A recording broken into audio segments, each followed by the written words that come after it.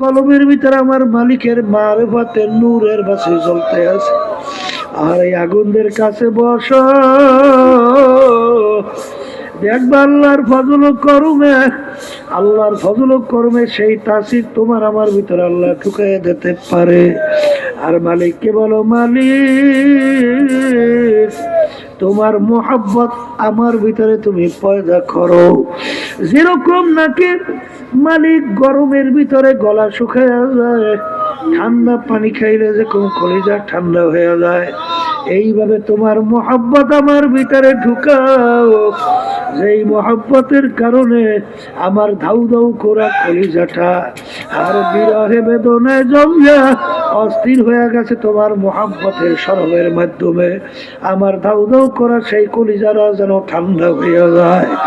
এরকম মালিকের কাছে বলার মতো বলো, আর জিকির করার মতো খেয়াল সহকারে করো, আর ঠিক মতো খেয়াল নিয়ে নামাজ পড়ো, সব কাজের ভিতরে আমার মাওলার স্মরণ রাখো।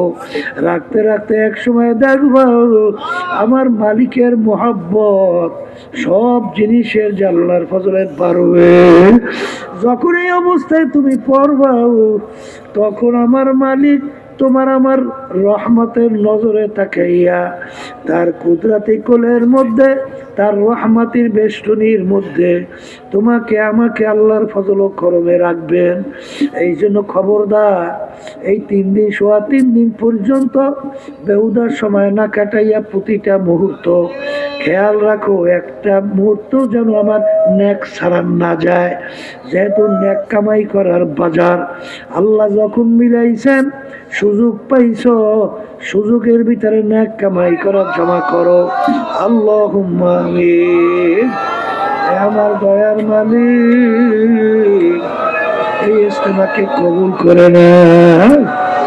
আল্লাহ আমাদের কলমের মধ্যে আপনার মারিফতের নূরের বাতি জ্বালাইয়া দিয়ে রাখো।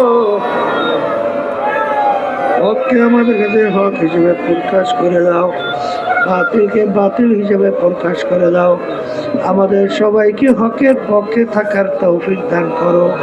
হে আল্লাহ, কে কোন নিয়তে হাত তুলছি জানি না, সবাই দিলেন নেক মাকসাদ পুরা করে দাও।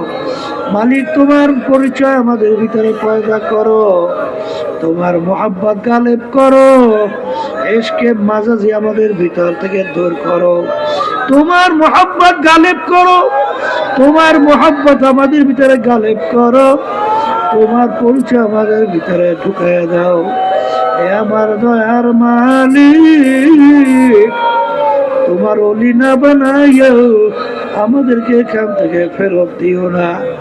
এ মালিক তাকাইয়া দেখে, তাকাইয়া দেখে, এ আমার দয়ার মালিক একটু তাকাইয়া দেখো।